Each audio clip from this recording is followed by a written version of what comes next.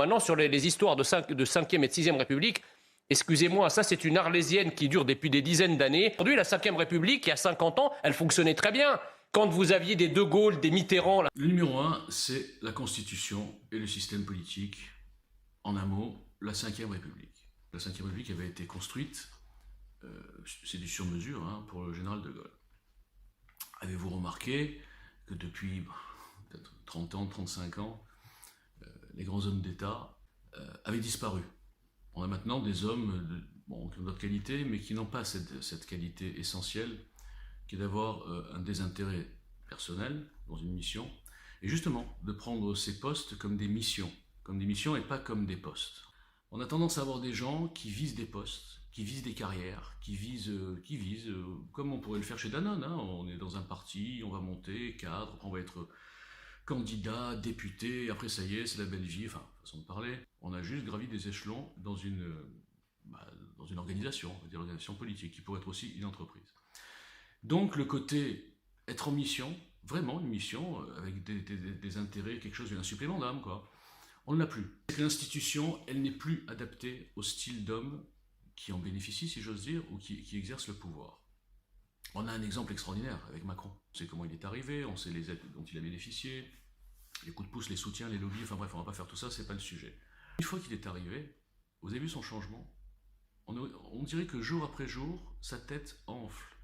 Mais à un point, c'est-à-dire qu'il ne touche plus le sol. Il faut être sérieux.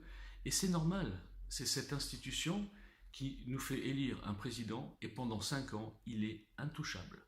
Il peut nous insulter, il peut faire le contraire de ce que veut la majorité des gens, il peut suivre son idéologie, mais vraiment tranquille, quoi. Il n'y a pas de problème, il n'y a pas de contre-pouvoir, la majorité présidentielle est automatique, quasiment, puisque en changeant le système, on est arrivé à ça. Donc ça ne peut plus continuer comme ça. Cette première question, êtes-vous satisfait des institutions et de la 5e République avec les hommes de notre époque? Je pense que votre réponse va être non. En tout cas, la mienne est non. On va le noter. Greffier, noté. Bonjour à tous. Alors je remercie une nouvelle fois Jean Messia qui me donne beaucoup de billes, si j'ose dire, pour démontrer ce que je démontre. Enfin, j'ai déjà démontré 100 fois, mais évidemment avec des vidéos à 30 vues, une ostracisation complète, un boycott total, un étouffement, des cabales, des insultes. Effectivement, ma voix ne peut pas porter. Et le système EGL, et ce qu'il démontre justement, ne peut pas être diffusé, parce que ça fait peur, il paraît, je l'ai longuement expliqué. Donc là, Jean Messia, il est face à un gauchiste, là, et il lui dit mais il n'y a pas du tout de problème d'institution, c'est juste un problème d'homme. Bon. Ça veut dire quoi? Ça veut dire que Jean Messia, comme la majorité de notre classe politique, et même ceux de notre camp, si j'ose dire, parce que Jean Messia quand même est de notre camp, enfin en tout cas est du mien, globalement on va dire, le problème c'est qu'ils sont tous énarques, ou simili-énarques, formatés à la 5e, formatés à l'homme providentiel.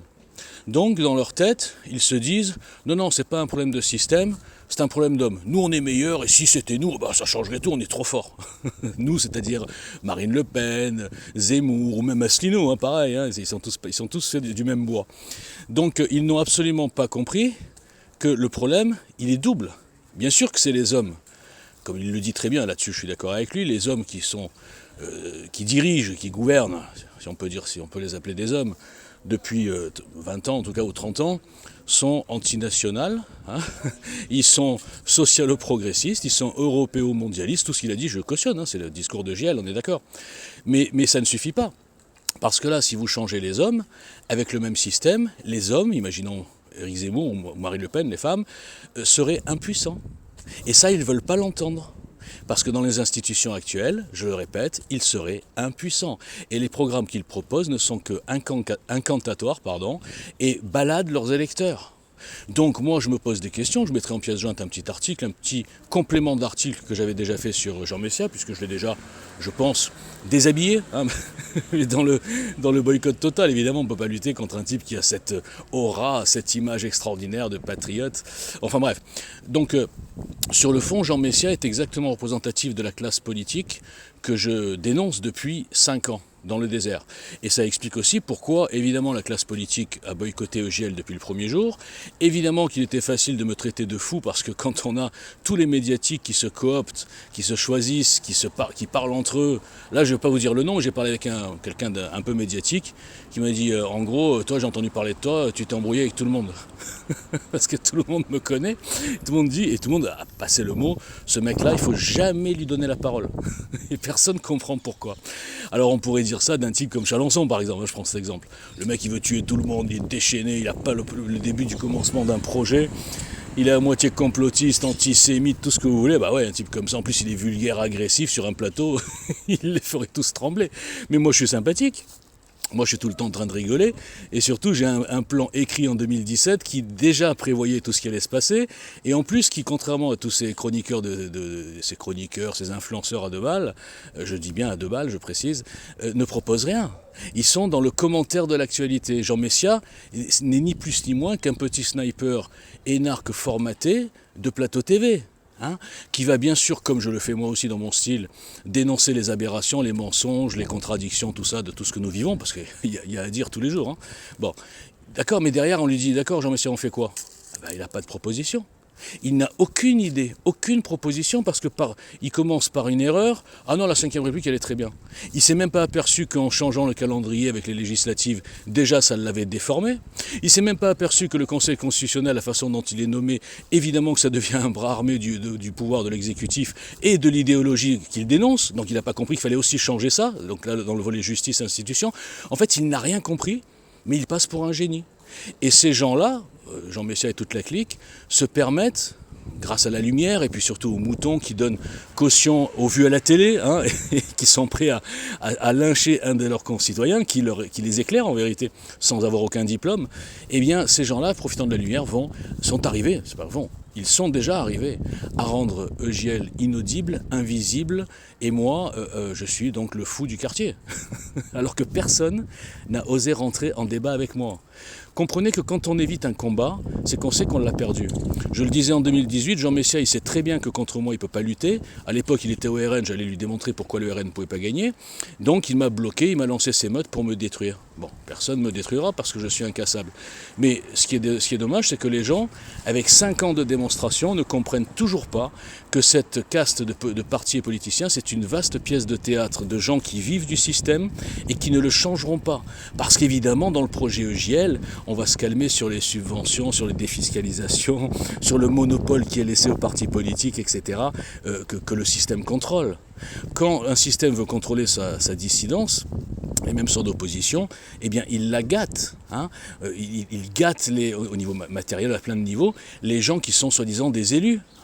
Donc quand on a des gens qui sont très heureux dans un système, ils peuvent toujours jouer aux révolutionnaires, mais en fait au fond d'eux, ils disent « Oh là là, si je change de système, je ne sais pas ce que je vais devenir, donc c'est très bien, je fais un peu l'opposant, mais je reste dans ce système. Voilà, je ne vais pas le mettre en danger. » Donc quand il y a un type libre qui n'a pas de mandat, qui ne vise pas un poste et qui n'est pas là du tout pour ce genre de carrière, eh bien il faut le rendre invisible, il faut surtout l'étouffer. Parce que peut-être que les gens vont se réveiller, mais je vois qu'ils ont réussi. Je n'aurais jamais cru en 5 ans de preuves tous les jours que les gens allaient rester aveugles, haineux, en bloquant, oh, on nous a dit de le bloquer, celui-là on le bloque, etc. Ils sont incapables, comme je dis souvent, de lire. Ils sont incapables de lire objectivement ce que j'écris et ce que EGL écrit depuis 5 ans. Ils sont incapables parce qu'ils sont dans des petites sectes.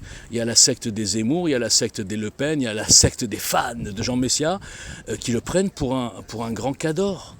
Mais qu'est-ce qu'il fait Jean Messia au fond? Quand il dit il y a un truc que je pige pas, il ne fait ni plus ni moins que ce que plein de gens font au café du commerce. Moi j'en parlais à l'époque, les gens se prennent pour des cadors parce qu'ils passent à la télé, mais les réflexions et les constats sur les aberrations, etc.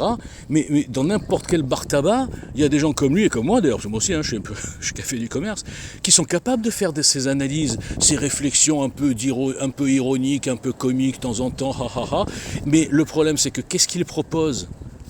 Alors dans le bar tabac, je veux bien qu'il propose rien, mais lui, supposé être un sachant, un intelligent, un énarque, c'est une élite, une élite de notre belle France.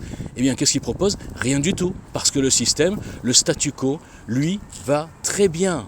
Et tant que vous ne comprendrez pas ça, vous continuerez à me prendre pour un fou, et n'oubliez jamais que ce sont les demi-fous qui changent les scénarios établis et qui changent l'histoire. Ce ne sont certainement pas des gens comme Jean Messia, qui bouffent du système, qui vivent du système et qui alimentent leur petite notoriété, leurs petits fans, et qui montent même des associations coquilles vides pour se faire un petit peu d'oseille à droite à gauche. Donc voilà, messieurs, dames, nous sommes dimanche, ma mission continue dans l'ostracisation, et quand je pense à tous ceux qui sont d'accord, mais à 100% avec tout ce que je dis, et qui n'osent pas diffuser et qui se cachent, eh bien je dis, on n'est pas sorti de l'auberge. Merci.